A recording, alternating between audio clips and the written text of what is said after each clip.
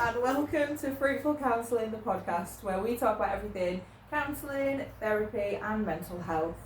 For all inquiries, please email inquiries@fruitfulcounselling.com and make sure you're following, liking, subscribing and coming along for the journey. So today I have with me Hannah. Hello. We don't have a production team, so I'm the only claps. So I met Hannah through work. We worked together for about 15 months. Yeah. We worked supporting domestic abuse victims and training. So do you want to tell us more about yourself, about your life? Yeah, so after having my son quite young, I went to university and studied English and then went on to teaching secondary school English. And when that got quite overwhelming and quite a lot, Yes. and obviously then COVID and lockdown and teaching online, just everything that entailed. I forget how long you were a teacher for. Yeah. I kind of decided to take a different career path, and it's something that I think a lot of teachers struggle with. Some people think that once you're in education that there's nowhere else to go, that you're stuck there. That that's your skill set. Yeah. And I spent a couple of months where I was really looking at jobs thinking, how am I going to do any of this? This is not education. Which is when I then saw the training side of the job that we did in domestic abuse, and thought, well, I can train, so I'll do the training side of it. That'll be what I'll specialise in, obviously. And then that journey took me on several different pathways that I just didn't think it would do, and learnt so much about domestic abuse, supporting people, what society does for everyone, what support systems are out there, counselling, mental health, all that side of it. Did my counselling qualifications, and now I'm back in education. I was sat here going, I know that this comes full circle. I know where she is now. Back in education, so enjoying that challenge and taking what I've learned but applying that to how I handle education and being a teacher, and hoping that means that I avoid where I was when I was teaching, feeling overwhelmed and stressed and not knowing who to talk to or where to go. And you've kind of gone in, it's a different role, isn't it? Yes, it's not full-time education, it's not mainstream, so it's a little bit less pressured. It's a bit different, isn't it? And like you say, you've taken what you've learned from your experience and gone back in kind of a different way for that reason. Yeah, definitely. So getting straight into it, I always feel cheeky because I know the answer. Have you ever had counselling or therapy? Yes. So the first time that I had therapy, I was in a very bad place, and I don't think I got out of therapy what I know can come out of therapy. Okay. So just with your qualifications, you've got to level 3 in counselling. Yeah. That's right, isn't it? Yeah. Just so we know. Yeah.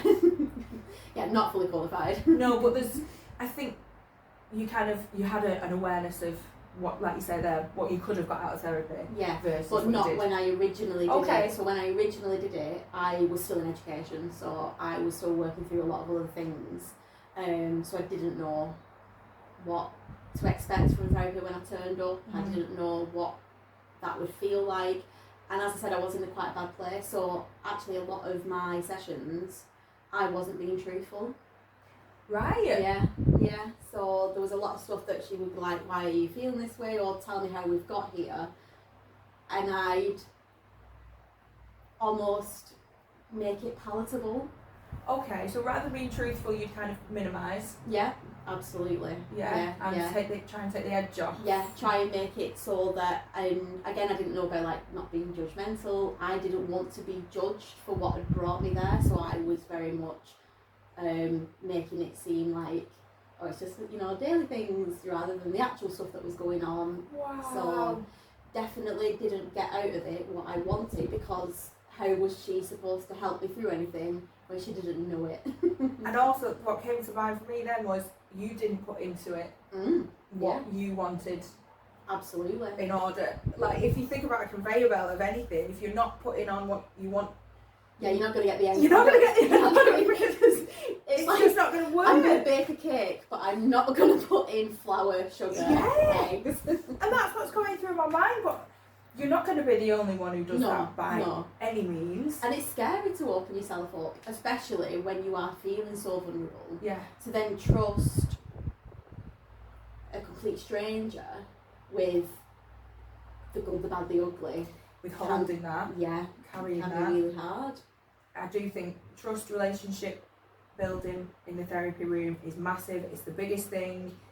You don't gel with everyone you meet. Yeah. You might not gel with every therapist you have. You might not build that trust, and you might bring other things in the room, like, you know, it sounds like you carried shame about what you'd been through. Yeah, and I think part of it was that, and a lot of like self-blame as well, like, you know, I made choices that led me here kind of thing. So it was a bit like, well, you deal with it on your own, which I think is probably quite an old-fashioned view of mental health in the first place, that kind of behind closed doors, don't talk about it, deal with it, cope, and just keep calm and carry on. Yeah. Sure, we've all got a tea towel or a mug with that on. Because it is, like you say, that old-fashioned view of, am I really struggling with this? Probably not. Let's put it away. Let's box that off, deal with it. There's other things going on in the world that need to be tackled. Yeah. So we'll crack on with them instead. Yeah, I used to come out of the session sometimes though and think I'd got so close to talking, and then I'd be like, right, next time, and then I'd get in there and the anxiety would hit of, if I actually be truthful, what's going to happen? And I just never was. And I think it was private, so I had more than 10 sessions. Yeah. And I went to every single one. The intention was there then, that commitment. It's like you wanted to, but obviously you had that barrier that just didn't lead to you talking about the bigger stuff. Yeah, the stuff that absolutely.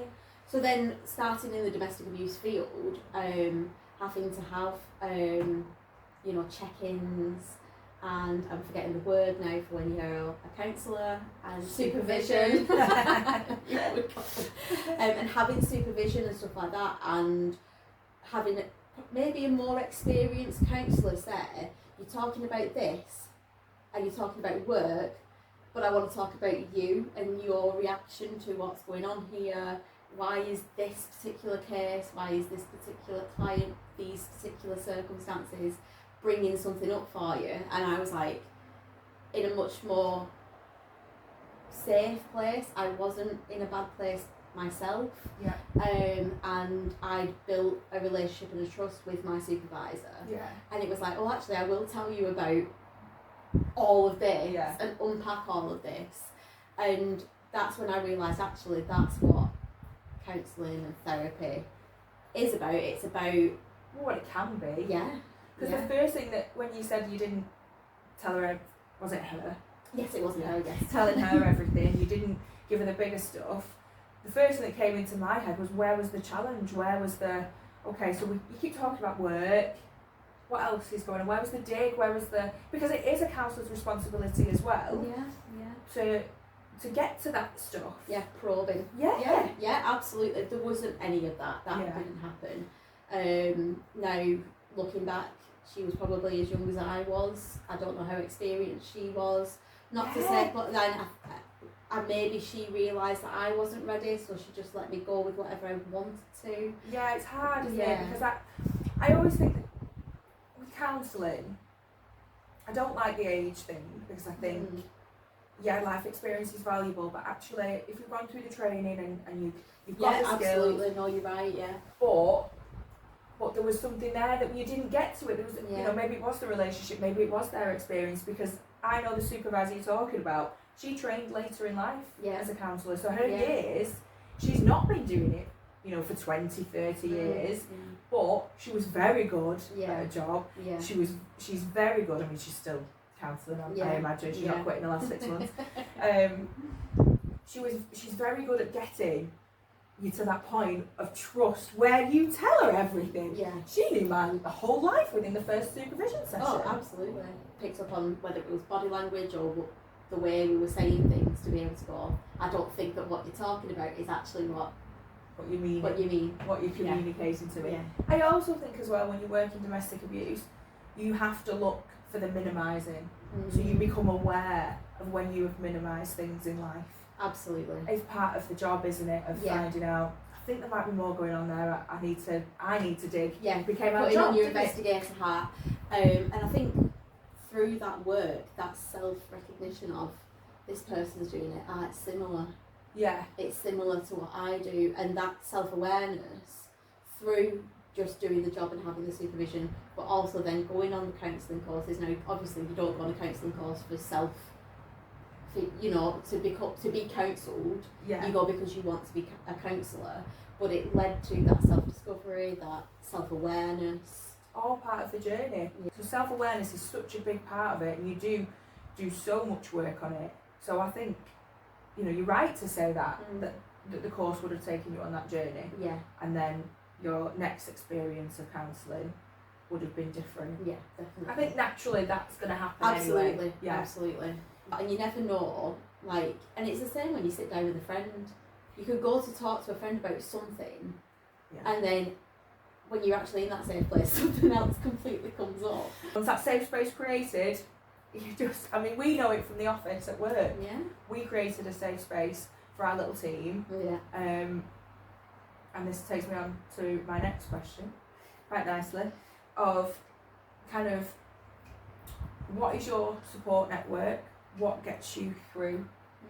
And I guess if there's any mental health struggles that you have personally that kind of you have to just be mindful of, that it could be re-triggered. Yeah. So support network wise, it's always been sort of family and friends, and then colleagues. Yeah. We worked in probably quite a specific environment where we were all very much wearing our heart on our sleeve, because you had to. The work we were doing was vulnerable, so it was. Yeah. If I can't be vulnerable and talk about this, and either whether it was dealing with it by crying or dealing with it by dark humour and getting each other through, then that was one thing. So that was quite a safe space for me, for having that sort of, they understand, they know my history, and we can be as open or as close as we need to be. And whether that is lay all your cards out or just sit down and say how the weather's been. Sometimes knowing when to be open as well can be really important. Like sometimes actually opening up and pouring everything out might not be the right thing at the right time. Yes. And you put yourself vulnerable, maybe in not a safe situation or not a safe place. So support network wise, having friends that kind of understand and have either been through it themselves or just know how you tick and understand. Yeah. Like I can, go around and say, actually, I'm struggling today, or it's been a really tough week, or even if it's been someone that you've maybe not seen for a long time, it's been a few months and it's like, I'm going to tell you all of this, but actually there's some other stuff that's struggling here. Yeah. And knowing which friends you can't do that with as well, though, which friends maybe have some of the stigmas around mental health that don't want that just want surface level. That can't carry it. Yeah. And that's okay. Yeah, that is okay. And that okay. does not mean that they are not good friends. Yep. It just means that you choose where you take that. Yeah. Same with counselling and therapy. Like, you choose where you take what you want to talk about. I chose somewhere that I thought I could take all my stuff, and then when I got there I was like, actually I'm not going to do what I need to do. And that was maybe a gut instinct, or maybe it was a self-preservation thing, and yeah, you just choose where you take that stuff to. But a support network is vital, of knowing who you can go to, and actually if you want to go somewhere where you can forget for a little bit that you're not okay, you go to those friends that are surface level, and then other times you go where you know that you can go, actually, here you go.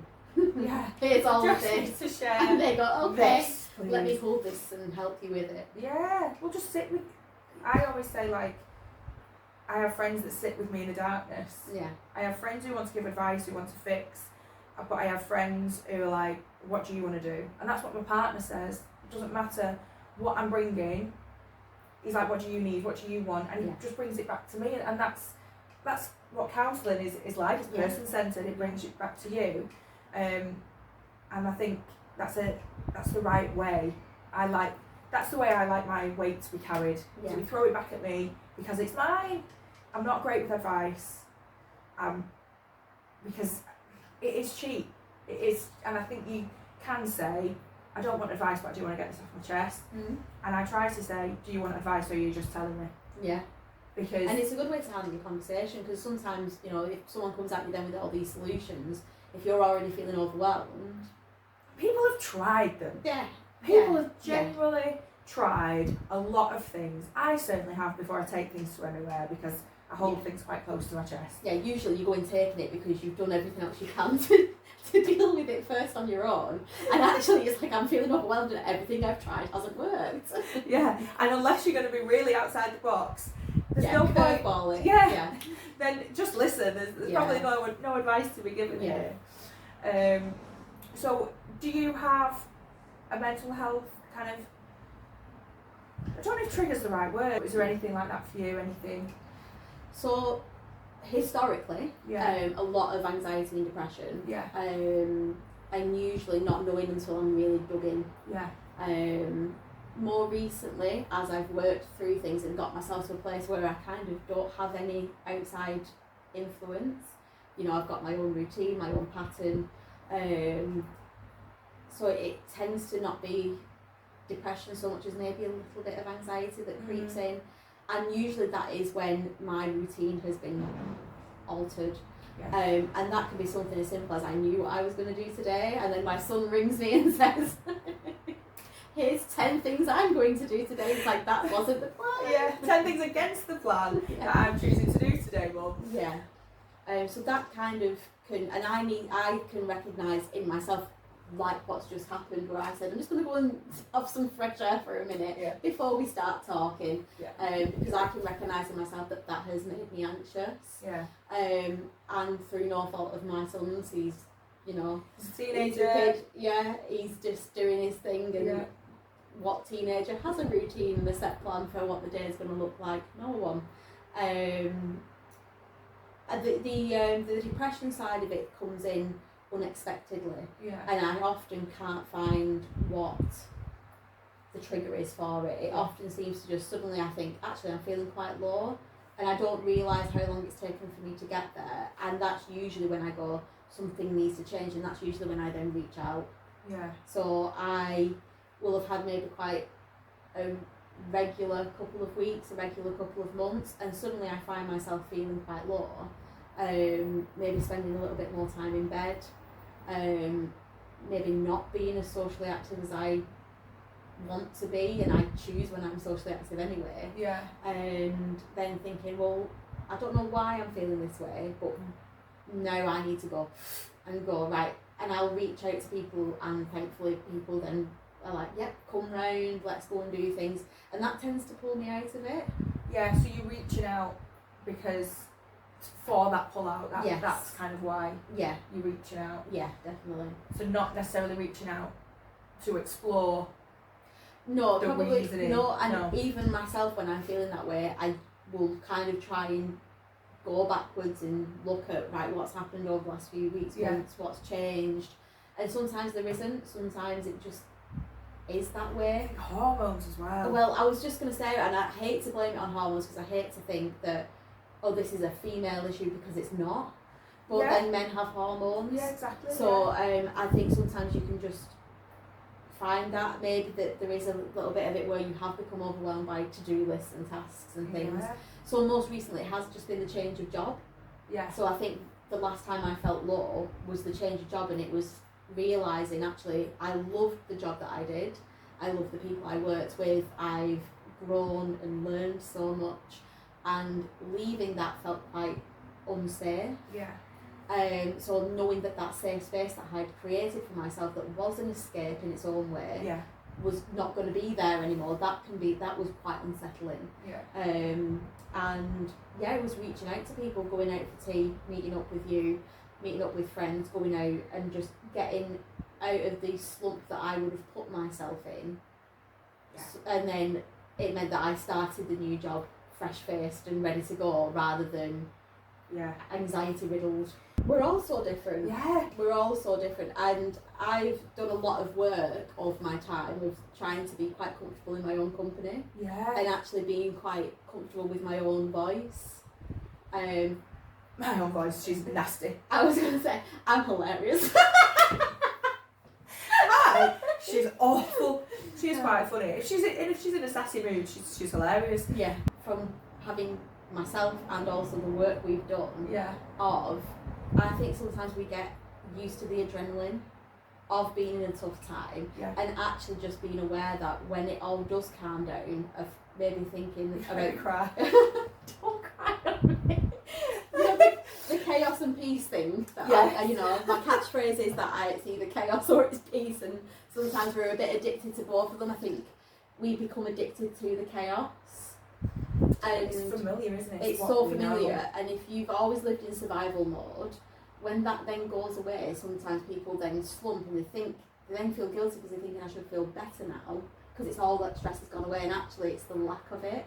Yeah. It's the lack of the adrenaline, lack of the chaos. There we go.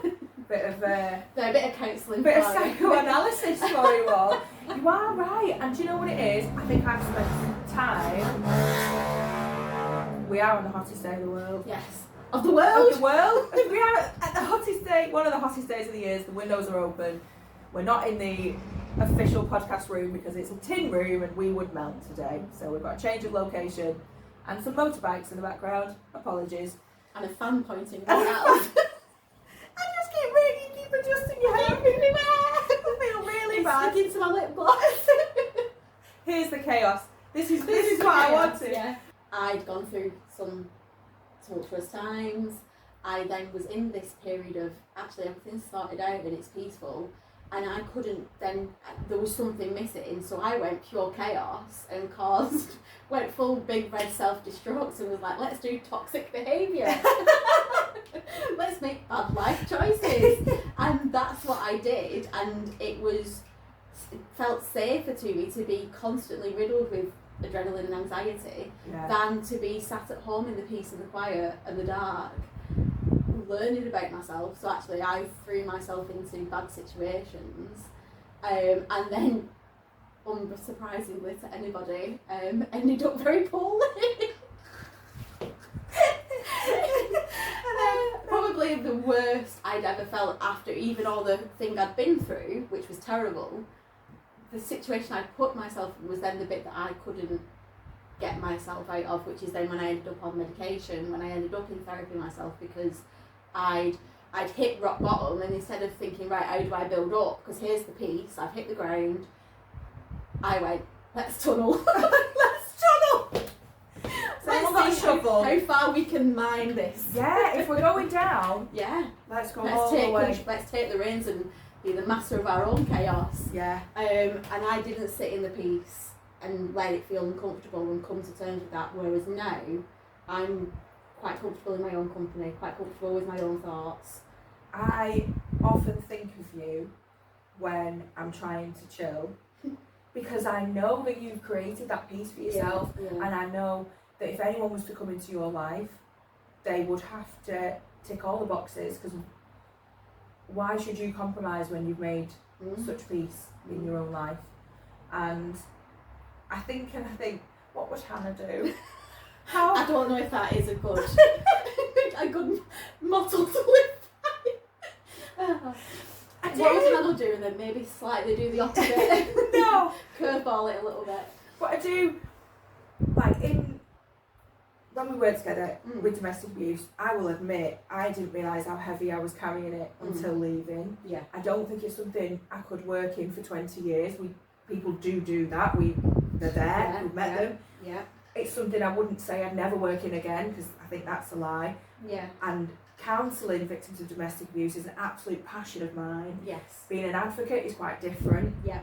It can be tough. Yeah, then you face the societal barriers in a different way. In a completely different way. There's a hard reliance on services sometimes, and this might be my own very controversial opinion, but I think the services are great, but like you said, they're limited.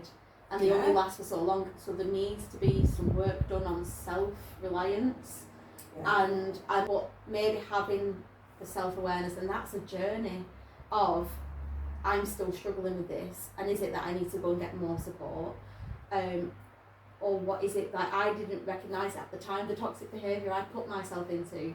Whereas now, if I'm feeling slightly low, I might do something and I think, might have I just done that? And like just slipping into that. And how many times we had a conversation where we've walked in and one of us have gone, I've set fire to the world today, and it's like, why have we done this? Why am I like this? We've just decided, right, there's the match. Yeah. Sorry, everybody. And it's because we've gone through something that we've been struggling with, and rather than deal with it or talk it out, we've gone, I'm going to watch this burn. Yeah, forget it. It's a difficult balance to find, and I think everyone has some self-resilience in them, and it takes work. How do you build that up? And actually some people are given the tools quite young, and some people aren't, and then it's how do you build that self-resilience, and that's a lifelong journey, and it's hard. And as you said, with the limitations on counselling, on support, waiting lists, finances, time. If you've got a full-time job and children, when are you making time to engage with these services and do the education and do the therapy and X, Y and Z, and what can we be doing to improve our own self-resilience? And I've not got an answer to that question. No, because I think what we did identify is that there is a gap in services. I don't know how we plug that gap, I don't know what we fill it with, whether it's a medium level service, I don't know, but unless you're going to A&E, which we advised many occasions. Part of the reason why we went working there, I mean, I don't know about yourself, but I maybe didn't go because of domestic abuse, or knowing that I wanted to work in domestic abuse, or even thinking, oh, maybe this is something I've experienced, let's go and work on it and make it better for somebody else. I went for the training. I went for the training and got there and was like a door that I didn't know I needed opening personally, but also of like a calling, like a passion that was like ignited. It is the work that everyone who works in that field does is like a beautiful thing, and like they wouldn't do it if they weren't passionate, and you couldn't. I don't think and there'd be people that would walk through the door and you'd think, this is not for you, and that's okay. And it's like you said, you can only do it for so long. Some people do it and they are incredible human beings. I couldn't have done it forever, and I think it's okay to admit that, to recognise that in yourself. Absolutely. What do you think when someone says mental health to you? I think, as we've mentioned before, mental health often is sort of only brought up when it's negative, only discussed when it's someone struggling with their mental health, and that's okay, because when someone is struggling with their mental health, when someone's going through a tough time and they say, my mental health's not great, that's when you should be talking about it. But actually, when are we talking about it when we're feeling okay? Do we should be talking about mental health as we do any other ailment that affects our body. When do we go, I'm feeling really good at the minute, and what's going on for me now with that? It's just... And celebrating the good health and good mental health. And I think that by putting mental health in front of it, rather than just health, we make it other, we make it separate. So we've created a division that the philosophers of the world have tried to kind of eradicate centuries ago, for us to realise that our mind and body so connected. Are the same. They're one in the same. If you're not feeling good here, you might not be feeling good here. But also, if you're not feeling good here, I don't know about yourself, but I know when I'm not feeling it, it's here and it's in my shoulders and it's in my body. And when I'm feeling anxious, it's in my hands and my heart. It's so interconnected. In my jaw. How tight do we grind our teeth? And a lot of the work that I've seen that's been, I think, is amazing, is getting children to recognise, I'm feeling angry. Where in your body are you feeling angry? Because it's not just up here. Are you feeling it in your fists? Are you feeling it, are you feeling anxious? Are you feeling pins and needles in your toes? Is it in your belly? And beginning to recognise that actually this is all part of the same circuit, and we need to be saying, actually, my physical health is good and so is my mental health, and if we're going to say health health is all of it, and then you've got physical health, mental health, and making the conversation easier to be had. No, I think we're getting away from the stigmas. I think we're getting away from that whole thing of either mental health doesn't exist, it's attention seeking, come off medication, that's really shameful. I think we are moving away from it. I think there's a ways to go. I felt shame when I went onto my antidepressants. Did you? I was going to say, yeah, how did you feel about talking about? Did feel that. And then I remember when I was coming off them, and I did come off them for myself, for my own, again, for my actual health. I shouldn't be saying actual health, for my physical health I came off my antidepressants. And that was its own journey, because you have to be so careful when you come off, and it always terrifies me when people say, I just stopped taking them. I'm like, oh my gosh. Please seek medical advice at all times on prescribed medication. Absolutely. It's a journey in itself. And that was really tough. It was tough going on them, and it was really tough coming off them. But I found that people celebrated with me when I came off them. Okay. And I think they were celebrating with me for me, because they knew it meant something to me, and it was a big next step. But people didn't seem as supportive when I was going on them. Yeah. And it was almost like, oh good, that stigma's going away, look at you not taking antidepressants anymore, well done. It is. That celebration is kind of a stigma in itself, isn't it? It's kind of giving you that stigma, even if you didn't have it before. Yeah. It kind of sets a tone, doesn't it? And if you've celebrated that, and it wasn't a public thing, I wasn't screaming about it on social media or anything like that, but in work and in my personal life, I was like, look, I'm coming off these antidepressants, and people were really supportive. And then it was like, and how long have you been off them? And I was like, oh, it's been 2 weeks. And they're like, how are you feeling? I'm feeling great. Amazing. And they'd celebrate that milestone. Yeah, almost if like I ever needed giving up alcohol or something. But if I ever needed to go back on them, what would I wouldn't, because I've had that realisation myself of actually, you know, would it be like coming off the wagon? Yeah. You know, oh God, I've got to go back onto antidepressants. All these people were so supportive when I came off them. I'm letting them down. I'm letting myself down, having to go back on. So that's expectation, that's shame, that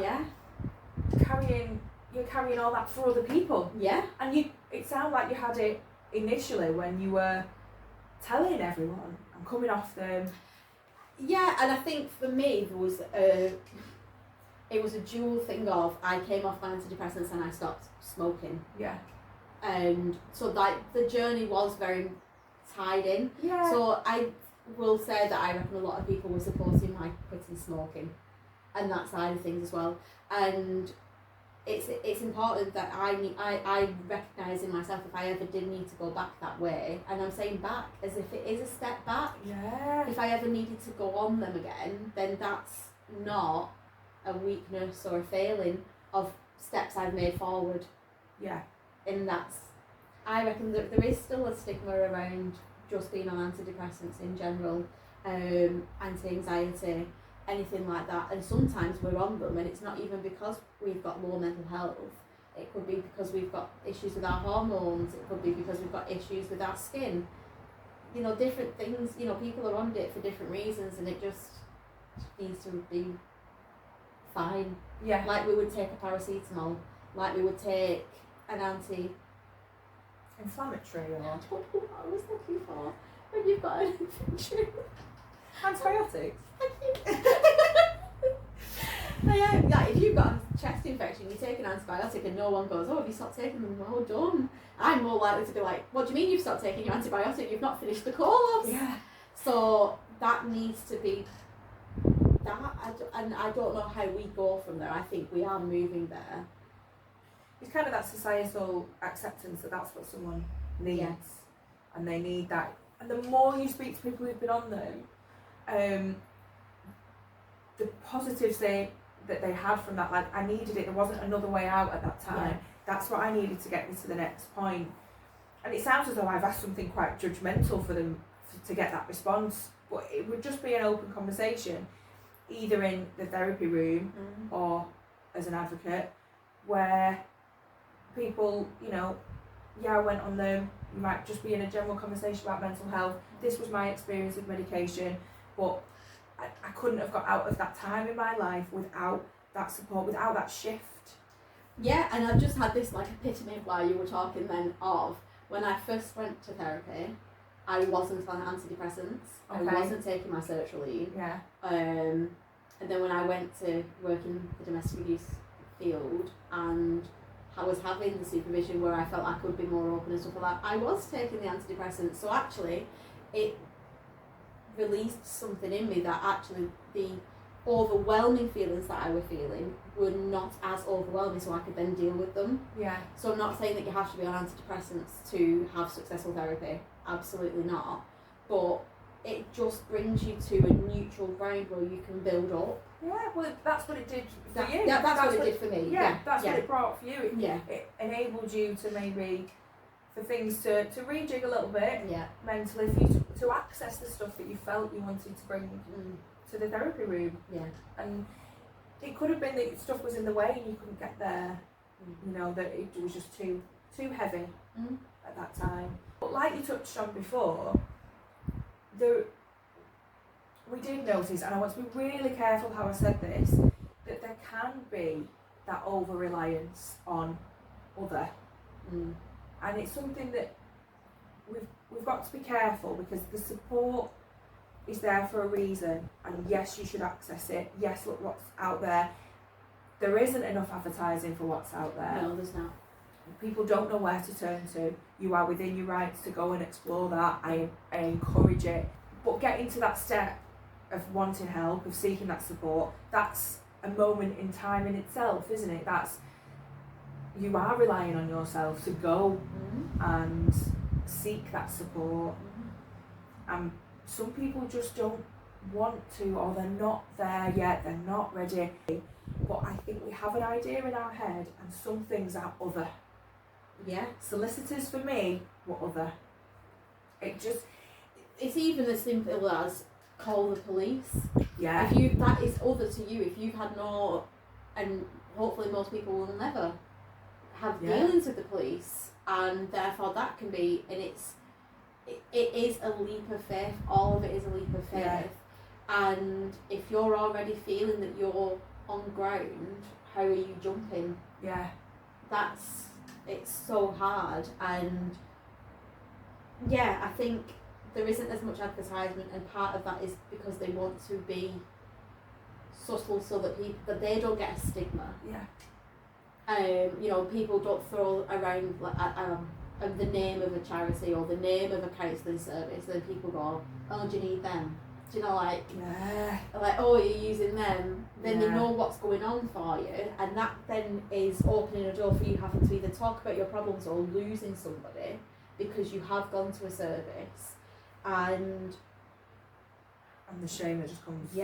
And we are moving into a kind of world where, people have more rights, there are better rights for everything, but we are still limited and still struggling and still fighting for gender equality, still fighting for LGBTQ plus equality, still fighting for trans equality, and mental health is something that is sort of universal. Everyone, no matter where you're from, walk of life, background, anything, we all have mental health, but that is sort of back burner. It's something that we're not shouting about, or maybe we are, and I think it's something we didn't get ahead of.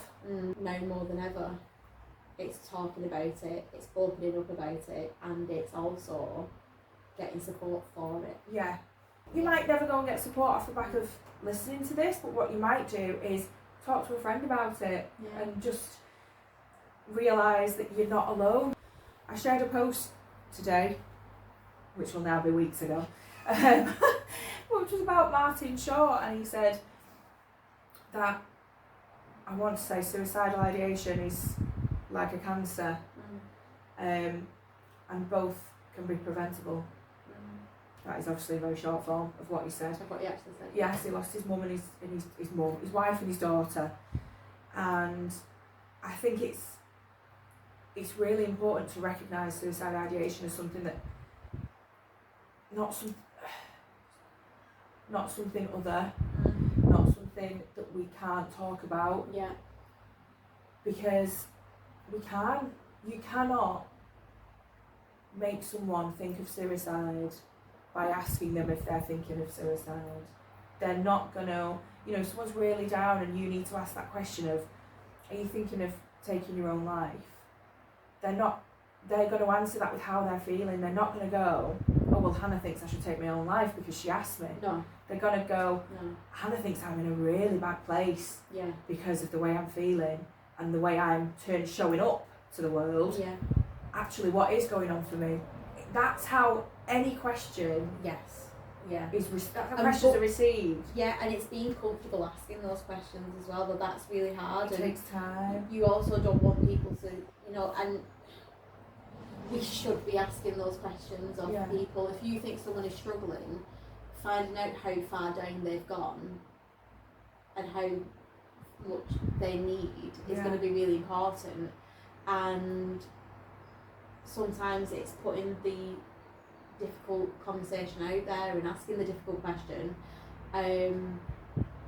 because it either is exactly what someone will need, or they'll go, oh, absolutely not, and then they're not going to resent you for asking that though, because at least you've checked in, and otherwise you get to the point where some people don't have that vocabulary for themselves. Like, they might be feeling like it'd be better if I wasn't here anymore, or no one wants me here, or it'd just be so much easier if I wasn't alive, or if I didn't wake up tomorrow that would be fine.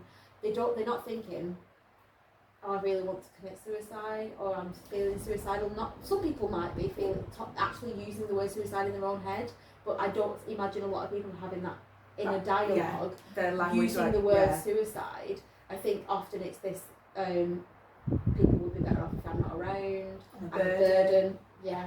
I'm feeling hopeless. Yeah. I don't know where to go from here, so what's the point in waking up tomorrow? Yeah. I need this to be over. And then other people have concrete plans of what they're going to do, and actually someone being, I don't like the phrase brutally honest, but coming forward and going, are you thinking about hurting yourself? Do you have plans to take your own life? Then it's a yes or no question. And I think if it is a no, like you said, it can open the door up to a different conversation. Yeah, so what is going on? Yeah, I'm not there, but I'm not great. Yeah. Or, I'm actually, no, I'm quite alright. Yeah. It's just this one thing. This is just my face. Yeah. And it can be. And it's, again, we've not mastered that network. We've not mastered how people can cross paths and create this community, because that is something that it's lost in so many ways, isn't it? That, But if you think that you could be that quiet friend for someone, it doesn't have to be big, shouty and showy. It can just be turning up at the door and going, I'm going to come and sit in your front room. And I think I've got a solid friend group, and there's certain times that they have come knocking at the door. Yeah. But I think my problem, as I will keep saying, because it will probably be with me forever, is I self-isolate at tough times, and I don't go, I'm having a bad time, guys. I'm getting better at it, but I isolate first, deal with it, and then I talk about it. But sometimes that can mean that we're not too late, because I didn't get there, but it can mean that you're dealing with a lot on your own for a lot longer than you could be. Yeah.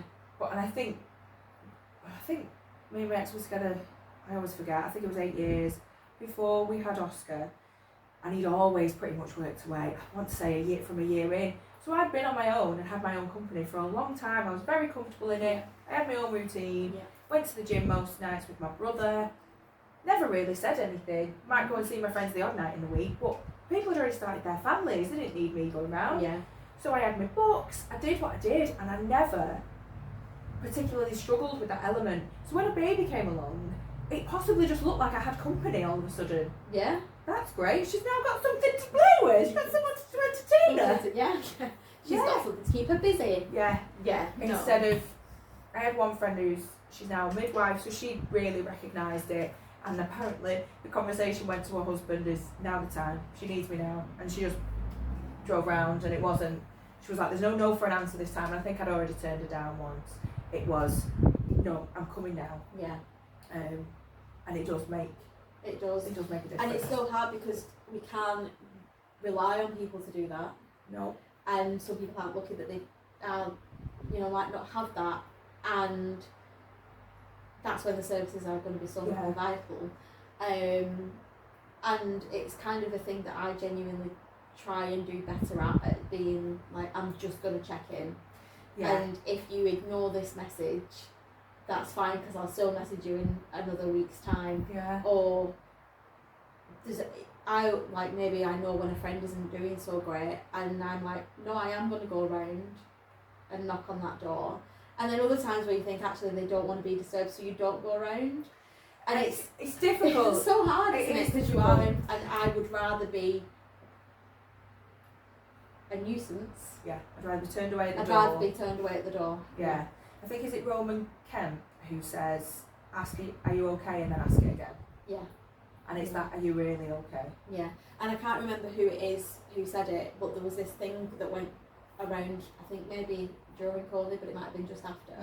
And it was about, do you need 4 minutes? And saying that you can spare, anyone can spare someone 4 minutes. And if you need to ring me for 4 minutes and just go, here's all of it. And I was like, okay, what do you need? Nothing, I just needed that. And then we didn't speak for 2 weeks. And I think it's important of maybe always telling your friends, I will always have 4 minutes. Yeah. And it just opens the door of, don't ever feel like you're a burden. Don't ever feel like I've not got time for you. We've all got busy lives and stuff, but we can all spare 4 minutes. Yeah. And also, as a counsellor, I offer 15 minutes free consultation.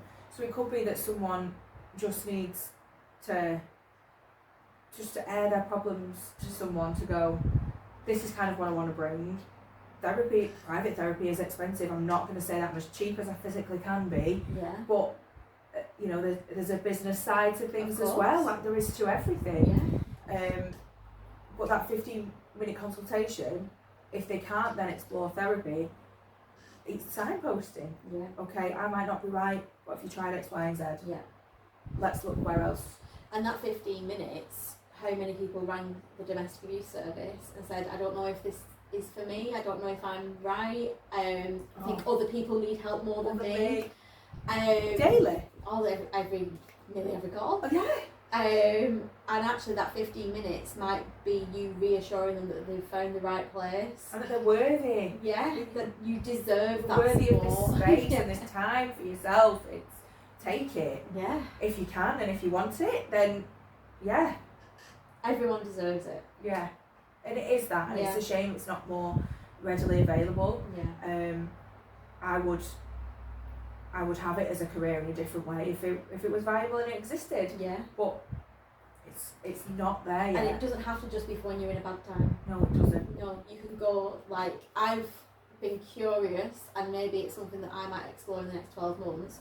Now that I am away from having regular supervisions and stuff, I think it might be quite good for me to go and have just some sessions. Yeah. I'm feeling good, but I'm going to create another safe space for me to come to. I'm going to go and do it where I'm not offloading on my friends all the time or holding something in, because I'm hyper aware of that I maybe don't have that space now, that I could just go and sort of open up to a third party.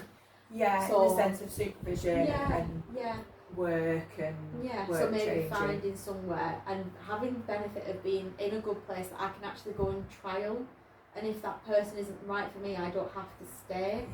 I think that's one of the most valuable things. I've ended up gelling with clients, and the first session I've gone, I'm not sure I'm your counsellor, I'm not sure that this is right, and then we get to the end of the sessions and they've gone, I knew from day one that you were my counsellor. And that always blows my mind that actually, we weren't aligned in that moment because I was doubting our relationship. And then you have clients, a few sessions in, she was like, this is just not what I thought it would be. And I'm like, okay, well, it's your space, what did you want it to be? And she said, I thought we'd go back. And I'm like, go back then, it's yours. Yeah. I've not been in your shoes, I can't go back for you, but you can go back. And then she went back and she was like, that's not where the work is. I need to come down. And I was like, brilliant. And then at the end she was like, I'm so glad I got you. And I love the person-centered modality. I will go on about it forever, because I do think no one has walked in my shoes. I have walked in my shoes, and I am the expert in my own life, as you are in yours, as everybody else is in theirs. And I think it's magnificent that you kind of talk yourself kind of to a realisation. You get there on your own, and it empowers you to go, I did that work. I was in a your safe place. person-centered counsellor is just your roadmap and holds up signs for you. That's what they do. Can we just talk about that a little bit more? I'm just going to stay with you on that point. And that can make all the difference of, well, I've never really explored that before, and here I am. So to finish off, what I'd really like to ask you is, have you ever had any mental health advice given to you that you'd want to pass on, or something you picked up along the way yourself that you think, yes, I live by that and I'd want to pass that on? I feel like maybe it's just been the circles I've worked in or anything like that, but I've had a lot of mental health advice that has stuck with me that I can't sort of go, that was the one. But I think some self-recognition is vital. And I don't mean that you have to be completely self-aware of being like, oh, this is exactly why I tick the way I tick, and going unpacking loads of trauma to get to that point. But I think in going, sometimes sitting with ourselves maybe for 5 minutes and going, where am I at? How am I feeling? Where am I feeling it? And self-checking. Self-check-ins are so important. So important. And if you're not where you want to be, make a list of people you can go to sometimes. Or make a list of things you can do to change that. Spider diagram it. Who can I talk to? What could I do myself? And what services are there to help me? I'm seeing the spider diagram in my head. And that would be step 1, 2 and 3, and then go and do that. And I also think if we were thinking about not just individually who's struggling, but as a person, if you know someone's struggling, offer them those 4 minutes. And what I'd add on to that is think about what you can and can't control when you're thinking about those things, and when you're making your spider diagram, because things can end up becoming part of us that we can't control. It can become part of the weight, and we end up carrying it, and there's absolutely nothing we can do to change it. The stuff that's going on in the world, in politics, abroad, we cannot control those, but we might be feeling anxious about them. And we end up absorbing them. And that's very really tough, but it's recognising, right, I can control what I think you made a really good video where you said, what are you absorbing, what are you reading, what are you looking at? I can control what I watch on TV, I can control what books I'm reading. You're a devil for reading reading books when you're massively not in a good place, and being like, I'm going to read about suicide as a bedtime story. That was a great book. I would recommend it. I can't remember its name off the top of my head. It's on my shelf. And I came along with my here, read some escapism. I had you and Jen on both sides at me, so we had it work and home. You need to read this. Oh, I'm not doing it. Anyway, now I'm on Throne of Glass, and here we are. I think so. We can control that. Those are the things we can control, and there are bigger things that we can't control. And it's knowing, right? Okay, well, I can control how I'm absorbing the information, but I can't control what the information is. I can control how much pressure I'm putting on, because no one is perfect. We cannot, to do this just seems to just continue to grow and never come to an end, and we have to sometimes accept that. It's very much about a really good point of what can I change and not change, and what do I keep allowing to rest on me, and what things can I let go of. Really important thing to look at. If we keep doing the same, then we keep getting the same results. Don't know where that's from, but I've heard that a long way. Is it insanity is doing the same test and finding the same results and changing nothing? I don't know who said it. Einstein? No. I think it might have been, actually. Maybe that's Googleable. Googleable. There you go. Homework. Comment. Thank you all so much for listening. Thank you, Hannah, for coming on. Thanks for having me. It's been lovely for the catch up. Please remember to follow along, like and subscribe, and then you don't miss an episode. Tune in next week for a bite-sized episode, and email all inquiries to inquiries@fruitfulcounselling.com. Thank you.